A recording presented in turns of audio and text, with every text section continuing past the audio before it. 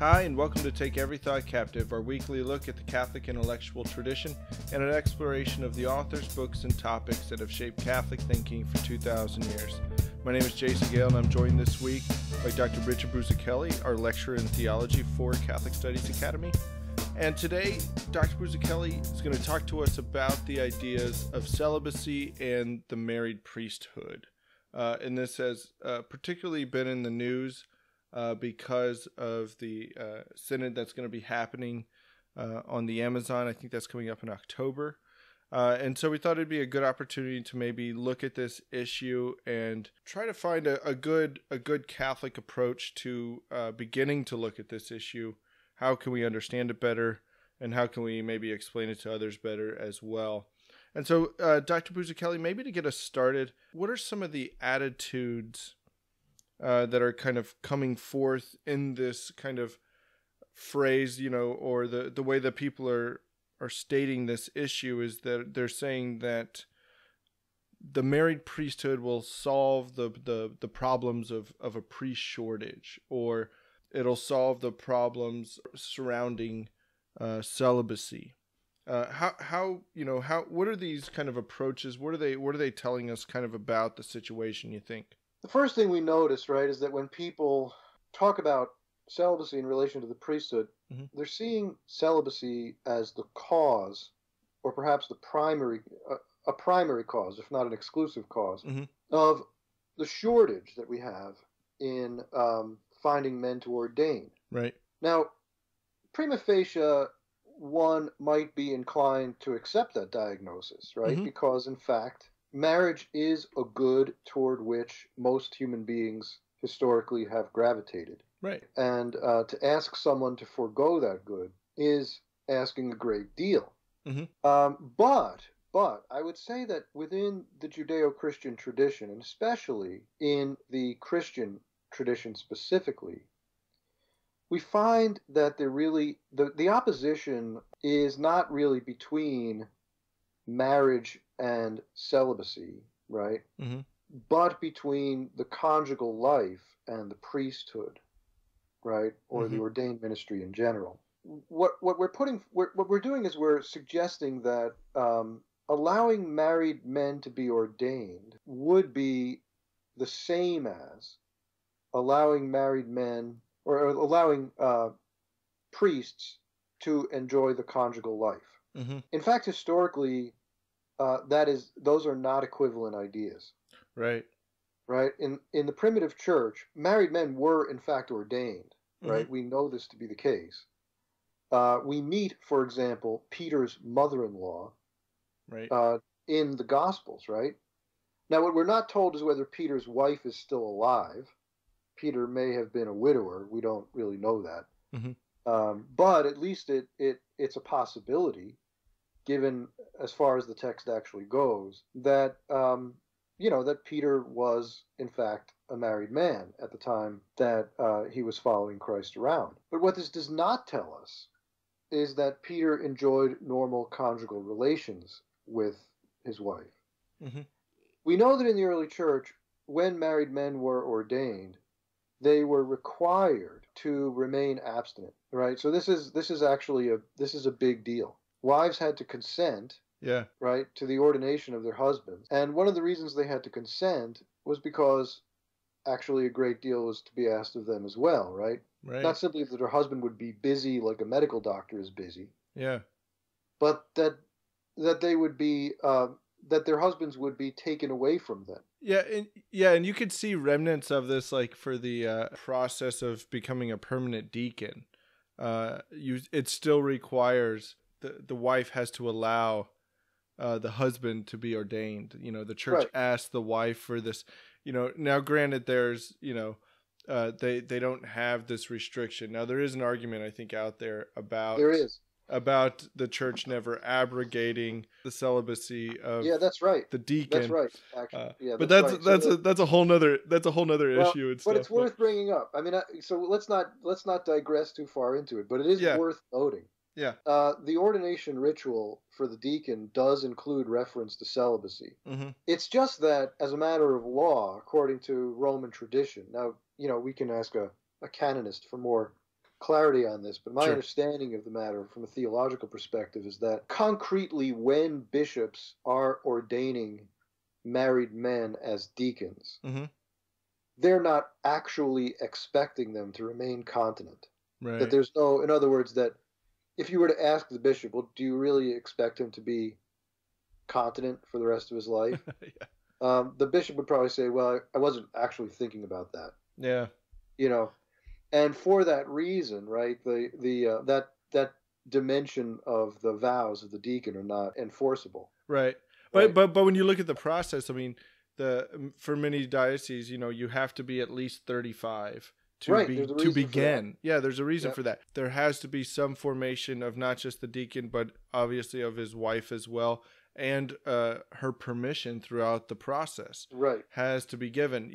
So I mean, it's and again, like you said, it's not just because the guy's going to be busy for a few more hours a week, or she has to sit in the pews by herself while her husband is up there, but that those things that are there in that process, they were there for a reason much greater than simply function. Right. So historically, he was to remain continent, Mm-hmm. and that was true. That was true even of deacons, who, right, in the early church, were not always transitional. Right.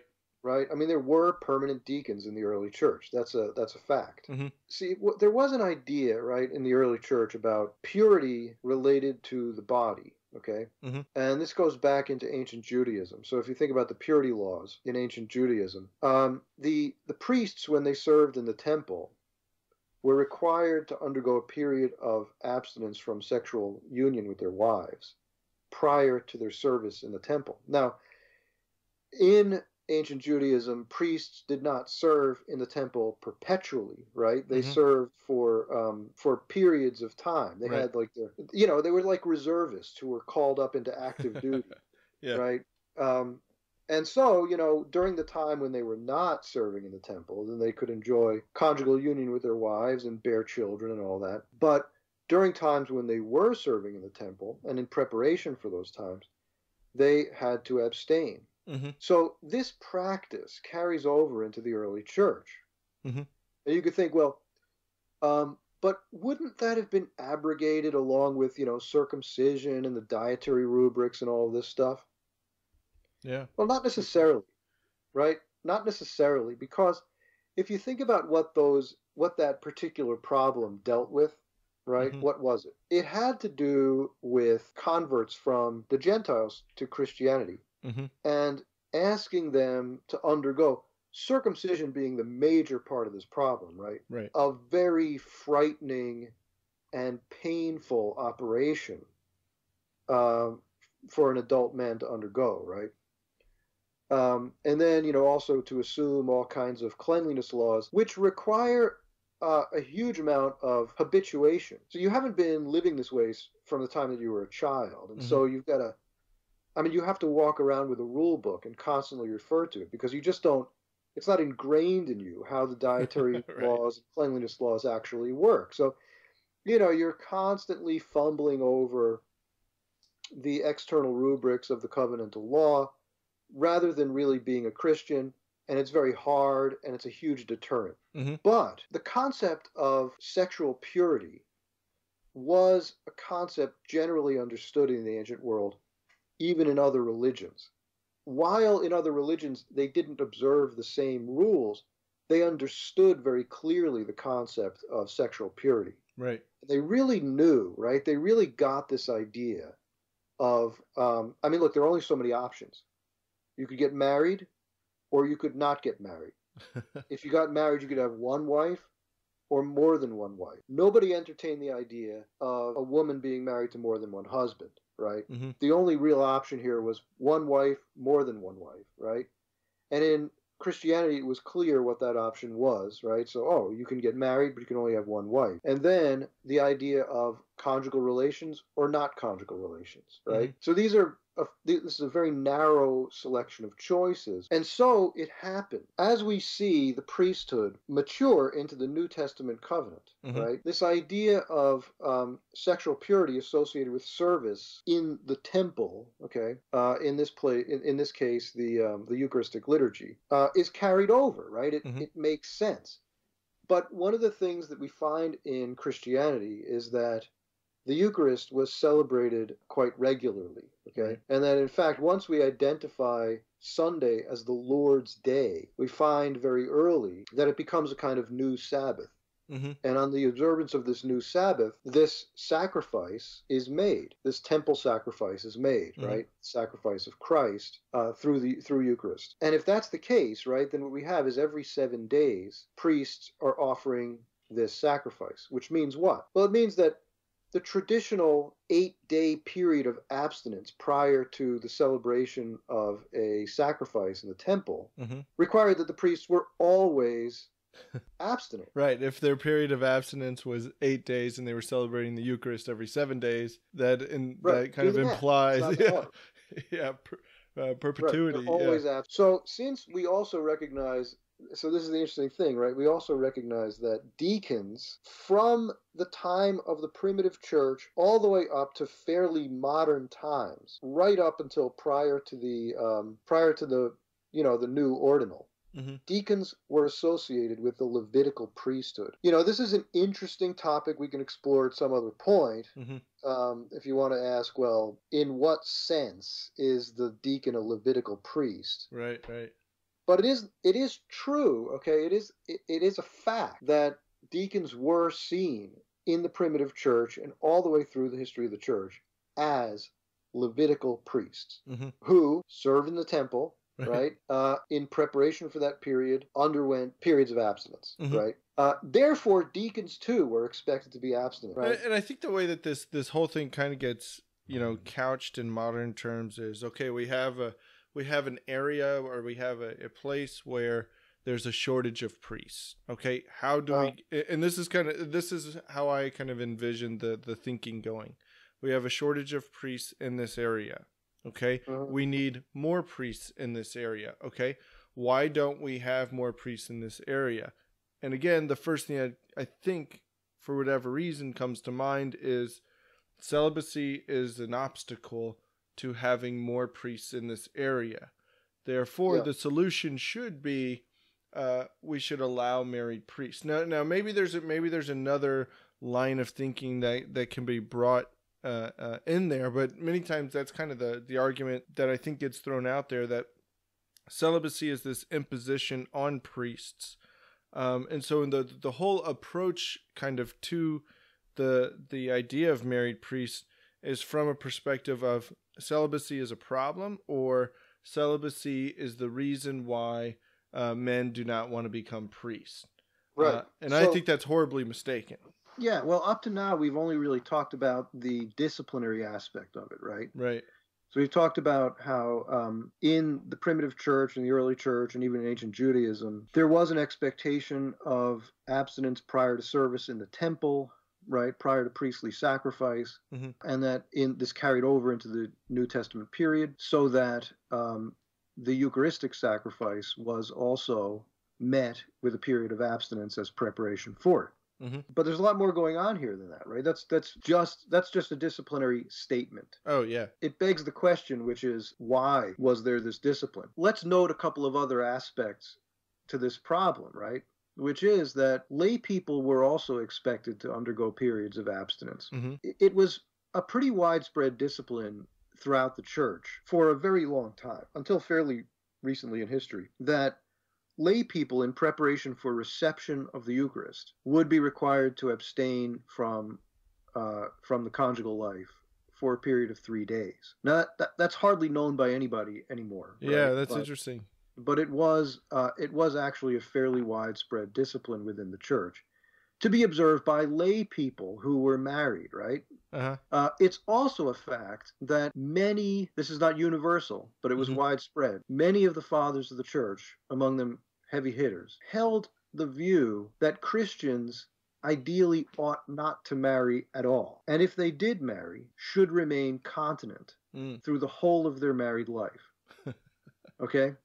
That this was actually a widespread position, defended sometimes in very strong terms. Yeah. We see some of the fathers of the church suggesting that, for a husband and wife to engage in conjugal relations is a mortal sin. A mortal sin, right? Now, obviously, the church doesn't ratify this position. Right. But it was an opinion expressed by some of the fathers of the church. Others held that it always involved at least venial sin. Yeah, I think even St. Augustine held that position. St. Augustine held that view. And he was actually one of the moderates, right, in comparison to some of his contemporaries. Right. And then, it really gets sort of softened by St. Thomas, right, who holds the view that it could be a case of mortal sin, it could be a case of venial sin, or it could be no sin at all, or perhaps even a virtuous act, right? Depending upon what is actually going through the minds of those involved, right? So... But that's a complicated issue we don't have to discuss here. But I just want to point out, right, the idea of abstinence in marriage is not foreign to the early church. So this gets us to the basic problem, right, which is that what we're tending to do is oppose marriage and celibacy. Actually, right, or not, I don't want to say marriage and celibacy. I want to say marriage and sexual abstinence, right? Actually, in the history of the church, those two are not opposed to each other. Right. Okay? They're not opposed to each other. What is the relationship between them? What we really come to understand is that what lies behind this issue is an eschatological concern, right? Now, what do I mean by that? The relationship between husband and wife, as seen in the Christian sacramental context, has an orientation to what is yet to come in God's salvific work. Also, the priesthood, in its relationship to the service of the church, manifests that which is to come, right, in God's salvific work, namely the full realization of Christ's union with his church. So let's think about, so this is the image given in Ephesians chapter 5 by St. Paul, right? Notice that his subject there is what? A husband's relationship to his wife. But what's his reference point in that discussion? Christ's relationship to the church, right? And he's mentioning Christ's relationship to the church, which he himself is modeling in relationship to the church of Ephesus in particular, right? So what's going on is Christ, in the course of history, as long as the church on earth remains, is drawing humanity, which has been dispersed and disintegrated in sin, back to himself, collecting humanity into oneness in the universal church, of which the church of Ephesus is one particular manifestation. There, in that particular church, Paul stands in the place of Christ, right, as head of that church. Now, this gets us to a phrase in 1 Timothy chapter 3, right? Now, so this is exactly the phrase that many people will appeal to say there's no problem here, right, with married clergy. Because here, Paul's talking about bishops, and he says, as we usually translate it, that he should be a husband of one wife. He should actually be married. But is that actually what Paul is saying? That's the real question. Yeah. So what he actually says, right, is that he is enaimeas gunakos andra. He is to be of one woman man, right? He's to be a one woman man. Okay, that's what he's actually saying. Now, seems odd, or odd way of saying it. Yeah. Right. So it's a strange phrase, I guess, right? Although we use, this is actually sort of a vernacular phrase, or at least it used to be pretty common. I'm a one woman man, right? When people would express their fidelity to their wives. Sure. But what is Paul actually driving at? Well, there's a lot of disagreement over what he means here, right, in the scholarly record. But here's actually what I think he means. I think he means that he's to have only the church as his bride, right? He's a one-woman man. He's not. His loyalties aren't to be divided. Okay. Yeah, well, and especially when you read the rest of St. Paul. I mean, he's constantly talking about Christ and the church. The two are one. The unity of the two, and that's where even if you go back to his conversion story of St. Paul, Christ himself identifies himself as the church. I am Jesus whom you are persecuting. Christ identifies himself to St. Paul as the church. And you can see Yeah. from that conversion story of Saul, much of kind of the seedling form of the rest of St. Paul's theology of looking at the connection between a marriage between a husband and a wife and Christ and the church. So when he then comes to, talking about the bishops, to say, the bishop should be a one woman man, who's the woman we are talking about here? Well, yeah, the church. Right. It's the church, right? Yeah. So, and you could see this language, right? Just as Christ is identified bodily with the church, so Paul identifies himself bodily with the churches over which he's the governor, right? Mm-hmm. So he talks about how he bears on his own body the marks of Christ, right? Some have imagined that he means by this that he actually bore the stigmata. Mm-hmm. I'm not going to weigh in on that particular question. Right. At a bare minimum, what it seems to mean, right, is that Paul suffers for the sake of his church. Whatever the suffering is going on in his church, he suffers as Christ suffers, right? Mm-hmm. As Christ suffers for the church, so Paul suffers for his churches. That he makes up in his own suffering for what's lacking, right? Right. So those are important dimensions. Or I guess what I want to say about this is that while we tend to look at celibacy as sort of this problem and obstacle, and if only we just sort of got rid of this old, archaic, worn out, meaningless custom, we could solve a lot of problems. Yeah.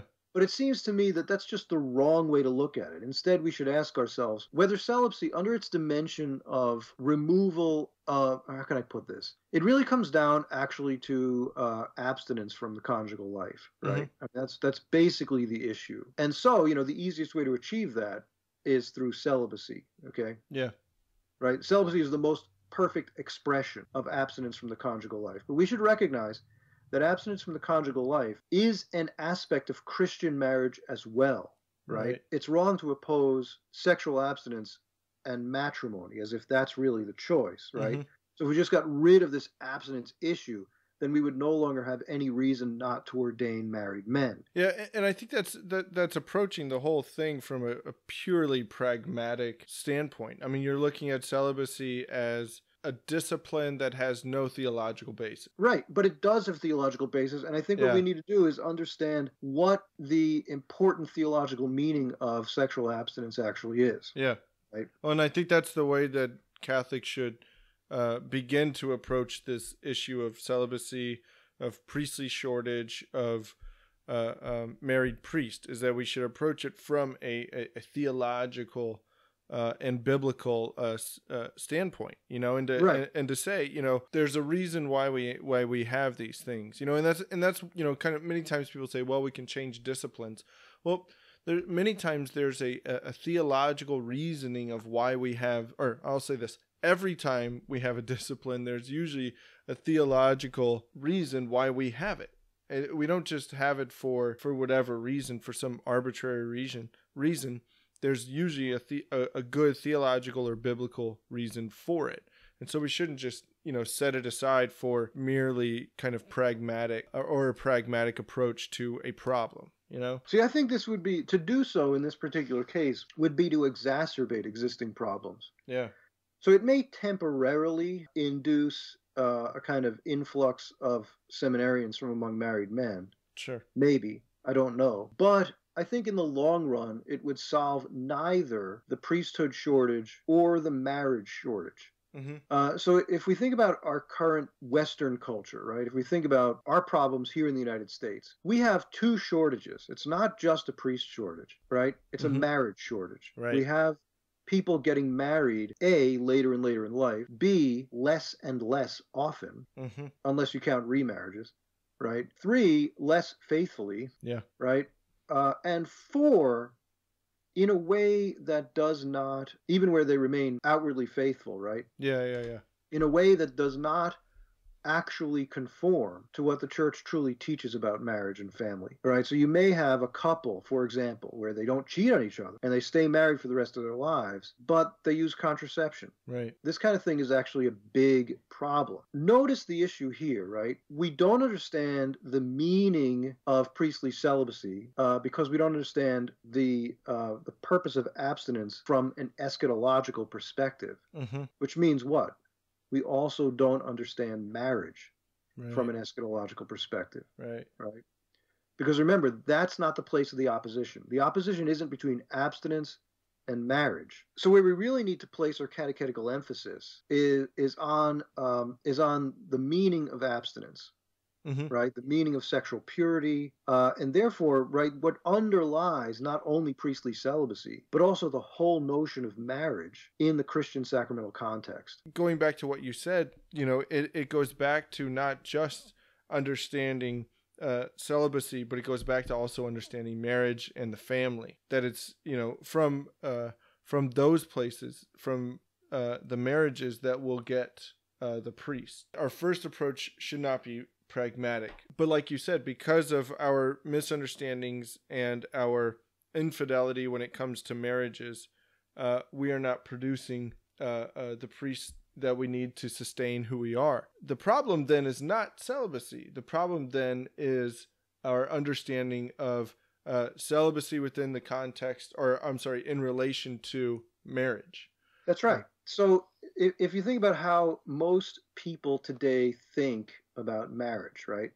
They kind of think of it as an official sort of legal enshrinement of a burgeoning conjugal relationship between two persons, right? Yeah. By the larger society. And everyone is supposed to celebrate that event and be happy about it, right? So to put it in the simplest terms, okay, marriage is about sex in the minds of contemporary people. Yeah. That's why you have marriage, right? So here you see that sex is the actual value toward which, toward which we're moving. Yeah. Well, that's why we keep justifying changes to the definition of marriage. That's right. It's all part of the puzzle, right? Right. Since sex is the actual value and marriage is really just an official sort of celebration and enshrinement of a burgeoning conjugal relationship, and some people are inclined toward sexual satisfaction with people of the same sex, then, right, it's only just, yeah, right, that we allow them, that we extend that sort of, recognition to that too. But of course, this misses enormously, right? The elephant in the living room is that from the perspective of the Judeo-Christian tradition, marriage is not about sex. Sex may be about marriage, right? But it's not that marriage is about sex. So we see this when we look at the primitive church, and we recognize that even if, positions held by, Augustine or Jerome, may have seemed to our contemporary sensibilities as a bit extreme, right? Nonetheless, right, they're identifying something that was widely perceived, and correctly so, in the early church. Namely that Christian marriage was about the eschaton. It was about the coming reality, right, of the full realization of restoration to purity in Jesus Christ. So one of the things that was pointed out, right, by the fathers was that the marriages between pagans, which were sort of expressed in conjugal terms, were about answering a basic biological problem of a world that's passing away. So remember that Paul says it is the schema of this world that it should be passing away. Right. In other words, it's the very structure of the fallen reality in which we live that it comes to be and passes away, right? It's subject to the laws of corruption. But the world to come is not subject to those laws. This was their thinking, right? So if the pagans get married in order to produce a next generation because death destroys life, Christians need not engage in that activity because life has destroyed death. We don't have to replace people who are dying because in the church, no one really dies. That's the logic, right? That's the logic. And it's in that context that the idea of Josephite marriage, right, Right. makes sense. And remember, Josephite marriage was not so rare a thing in the early church as it is now. It was actually quite common. In some parts of Christianity, perhaps the majority of marriages were Josephite marriages. And Christians their descendants came from the babies they collected from the quarry, Yeah. who had been abandoned, right, exposed to the elements by their pagan parents. Well, and just so our listeners know, a Josephite marriage is where two people get married but remain celibate. Well, they remain abstinent, right? Abstinent, yeah. They don't consummate their marriage, right, through the sexual act. So this is actually the context within which we should really understand Christian marriage. We should look at Josephite marriage not as the exception to the rule, but as the exemplar through which Christian marriage ought to be understood. Mm-hmm. Remember, the reference point is the Holy Family, right? Jesus, Mary, and Joseph, right? So that's the exemplar. Okay, Christian marriage should be modeled on that exemplar. Now, some of the fathers of the church held that this meant you ought to be continent through the whole of your marriage. The Josephite marriage, being the exemplar, should also be the norm. Yeah. Right. The church has not historically ratified that view. Okay. But that doesn't mean that Josephite marriage isn't the exemplar. And I think it's very important for us to understand this. In the course of any given non-Josephite marriage, there are likely to emerge times in the course of that marriage in which abstinence for a prolonged period of time comes to be required. Right. Okay. So, without getting into, too much graphic detail, right? It's possible, right, for health events to occur, right, which require abstinence, right? You can't continue the conjugal life during this period of time, and you don't know if or when that time may end. Right. You might be required, right, for the rest of your life to remain continent.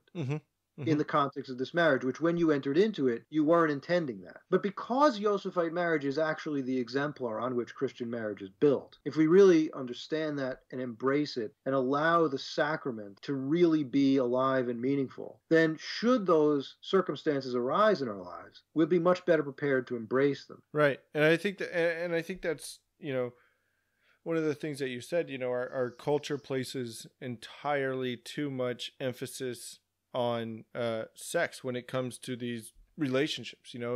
It's the culture says the highest form of love is sexual love. That's why we base marriage on who we're having sex with. That's essentially how they want to define marriage. But we know as Catholics that the sexual love is not the highest form of love. It is a kind of love. It is a form of love that belongs within the context of marriage, but it's not the highest form. And that even when you look at married love, the highest expression of married love is not necessarily sexual love. Right. It could very well be abstinence. Okay. So this is the interesting thing, right? Here is that you'll notice in the whole contraception thing where people rebel against the church's teaching on contraception, and they do so pretty matter of factly. I mean, in the contemporary United States, right? Right. We know the statistics on this are pretty grim as far as the number of professing Catholics who use contraception. It shows, right, that there's just a basic catechetical failure on the whole question here of the relationship between sex and marriage. So abstinence is out of the question. Yeah. Right? I mean, like, why, how could you ask someone to abstain even from a short period of time, right? Even for a short period of time, how could you ask somebody to forego the goods of sexual union? That's completely unreasonable and uncalled for. Yeah. But in the mind of the church, it's not. And in fact, it can well be, right, an expression of love and fidelity. Yeah, and I think that this goes back to what we were saying about the whole issue with many times when people say, oh, we have a priestly shortage. The first thing that comes to mind is, well, we should allow married men to be ordained. That should not be our first approach. It shouldn't be our first solution. It's, well, maybe we should catechize better. Maybe we should have better marriages. Maybe we should have, all of these things. Take a more theological, take a more biblical approach to these issues than a mere pragmatic approach of saying, because again, what we're kind of implicitly saying here is that celibacy is the problem. And again, this, I think it is reflective of our society, even though we don't explicitly say it. I think, we, even as Catholics, because we live in this society, sometimes we may even place sexual love higher than it actually should be. And again, we should take that more theological and biblical approach. Right. So what if we start in addressing the problem of the priest shortage, right? Mm-hmm. With catechizing very strongly on this idea that marriage is not about sex, mm-hmm. right? That sex may be about marriage, but not the other way around. Right. That's sort of a prerequisite, right, for Christians getting married. Right. Should be that they have come to understand and embrace this fact. And if they haven't, then they're actually they're not well suited for marriage. Mm-hmm. They're not ready to enter into the sacrament if they haven't embraced this idea yet. Yeah, and in many cases, if that understanding is so deficient, that's actually grounds for annulment. Right, that's right. If they enter into that with a deficient knowledge of what marriage actually is. So, do you have any other final thoughts on this issue of married priests being the solution to the priest shortage? At least when it comes to the Western Rite. I mean, it's in the Latin Rite, this has been our practice. And again, it's not done just because we want it to be done that way, but because we look at who Christ is, what Christ did, what St. Paul did, what St. Paul taught, that, Jesus preferred celibacy. St. Paul preferred and preached celibacy. That it's, not something, now there's an entire, all, the other rites of the Catholic Church, some of them do allow married priests and for good reason and for different reasons than why we do not have it as the norm. We do have married priests in the Western Rite, but it is not the norm here. Mm-hmm. And I think maybe that's why many people may be kind of they may be kind of against this approach, because, as soon as we begin to or have all these exceptions, those exceptions can later become the rule. Look at all the liturgical norms, that we have now. Many of those norms that we have now, and I don't mean written norms, I mean just kind of custom norms in our churches, are there because of exceptions to the rule, and now they're all over the place. Yeah, that's right. I mean, I could see that as being a thing. But any final thoughts on that? Well, yeah, I have a lot of final thoughts. If I explore all of them, they won't be final at all. There'll be a whole other podcast. I would say, look, first of all, we can acknowledge, right, that we do have married priests in the church today. Even in the Western rites, right? Mm-hmm. In the Latin Rite, we have married priests through the Anglican Ordinariate, mm-hmm. or through the the pastoral provision, right? Where right. We've accepted Protestants who've converted to Catholicism, but they were ministers in their previous denomination. Sure. And we've ordained them. Okay. Now those are exceptions to the rule, right? And there was never any discussion of that exception becoming a norm, right? Mm-hmm. In the Eastern rites, we have married priests, and we have had married priests for many, many centuries. But again, let's remember, right, that in the early church, they were nonetheless expected to be abstinent. Now, today, I don't believe that is the case, right? That's not actually the case anymore. And I don't know the rules. I have to say, I don't know the rules, if there are any, regarding the observance of abstinence in Eastern Orthodox Christianity. Mm-hmm. Whether they have to abstain from conjugal relations before celebrating the Eucharist by some period of time. I don't know the answer to that question, but it may well be the case that is so, right? Mm-hmm. There may be room for some compromise, right? We know that the church has at various times in the past ordained priests with limited faculties, right? for very specific purposes, to celebrate Mass or something like that, but didn't entrust them with other things, should we choose to ordain some married men under some limited conditions, right? I'm not promoting that, but but if that decision were to be made, I would suggest that we consider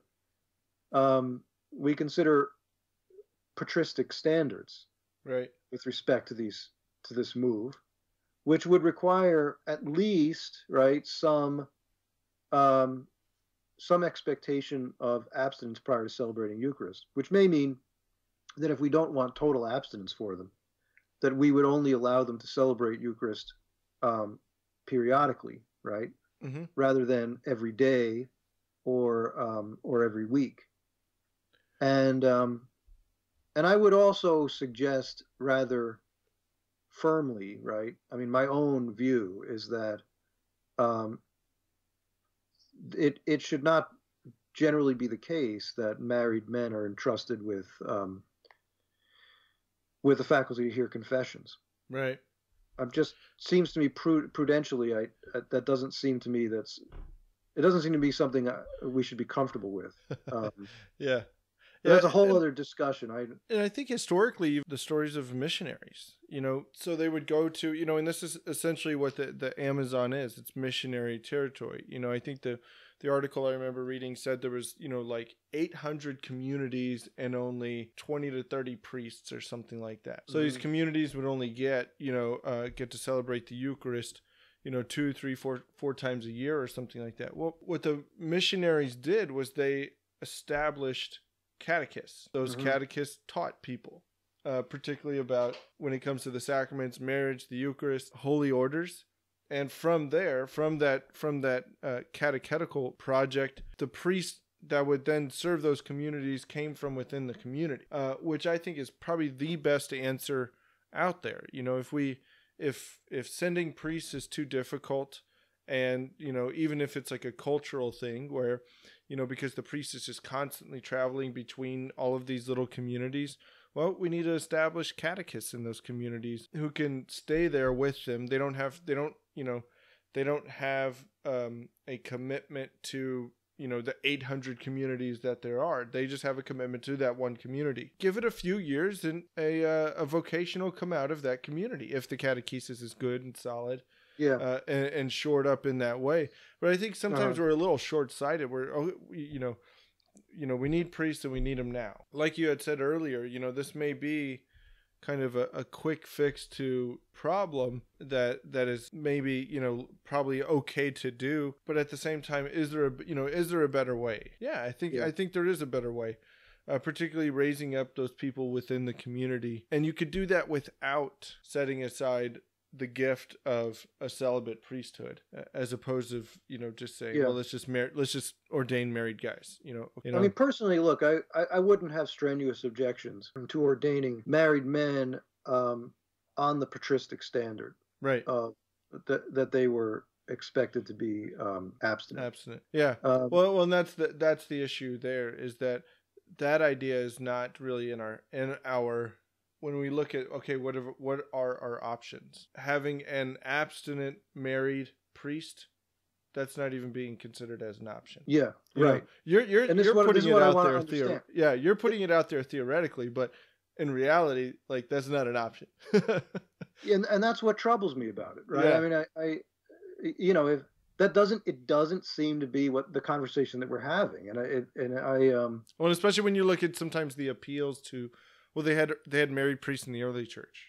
Okay, this continual. But what were they like? Yeah, what were they like? Well, they were abstinent. Oh, okay, that's a problem. Like. Yeah. So if your issue is, look, I mean, we have a bunch of, we have mission territories, and everybody's married, and maybe in these mission territories they get married very young, right? It's often the case. Where are we going to get these celibate men to ordain? Yeah. Okay, fine. Okay.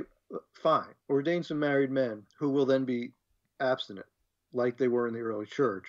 Yeah. And then over time, right, what happened in the Western tradition, right, was that we just stopped ordaining married men since, what's the point in getting married?